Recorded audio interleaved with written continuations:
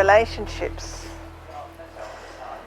Often we take relationships for granted and we don't really know what they are, and we seem to think about relationships as a one-to-one, husband-wife, a lovers type relationship.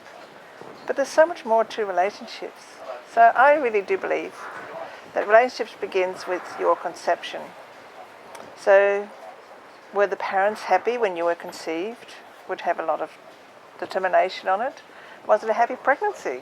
Were you welcomed into the world? Were you kind of warmly embraced? Who was there to greet you? And so on those bases, in your inner cells, you're already kind of determining what sort of relationships there would be in your life. So then as you grow up, obviously you get interactions with your parents. You learn from your parents, whether you're a single parent or, you grew up in a single parent family, or a mum and a dad, and how were they interacting.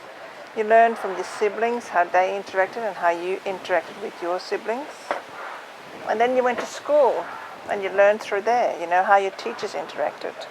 So your whole life you kind of learn about relationships.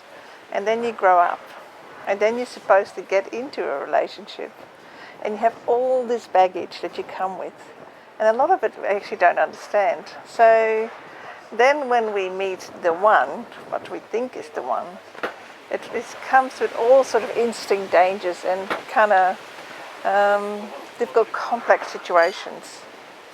So what is actually a relationship, and how do we form one? Well, I really believe that life is a school where we learn about relationships. So we actually throw in lots of different scenarios. And the biggest one that we have is the lover's relationship. It actually teaches us the most. There's a huge expectation about the other person, fulfilling our needs, our desires, our wants. We expect to be loved. And we have all these unspoken rules that nobody really quite understands what they are about. Huge expectations about the other one and the other person. So we look at the other person as to what are they going to give us. We don't often look as to what are we going to give them. So the basis of relationships with, like say, a husband and a wife, or a man and a woman, is like, how are you going to fill my need? How are you going to find me? What are you going to give to me?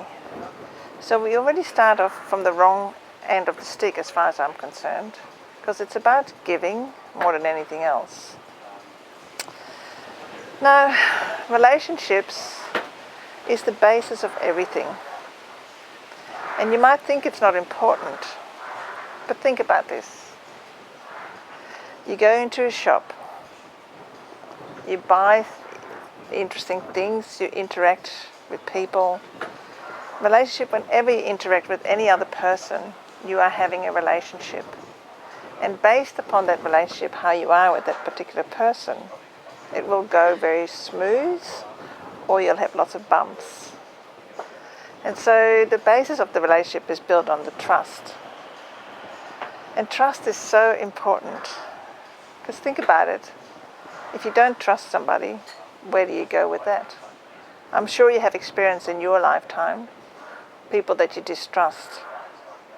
Do you openly engage with them, or sort of do you feel more wary about them and think, well, will I disclose this or not disclose this, or shall I say this or shall I not say that?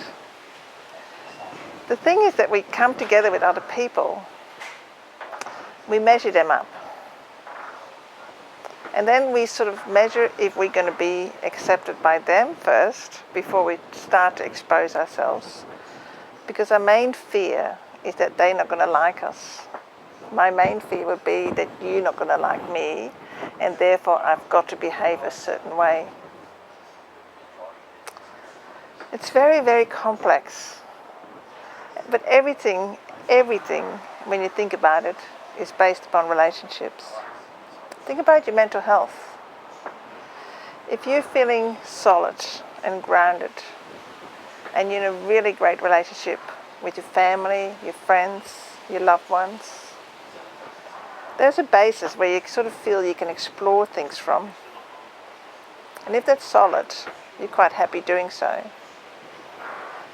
If your relationship is not solid, and you're under financial stress or emotional stress or any other stress in life, and there's lots of those, then for some reason things are not so great. You really struggle because of that reason, because your relationships are not solid.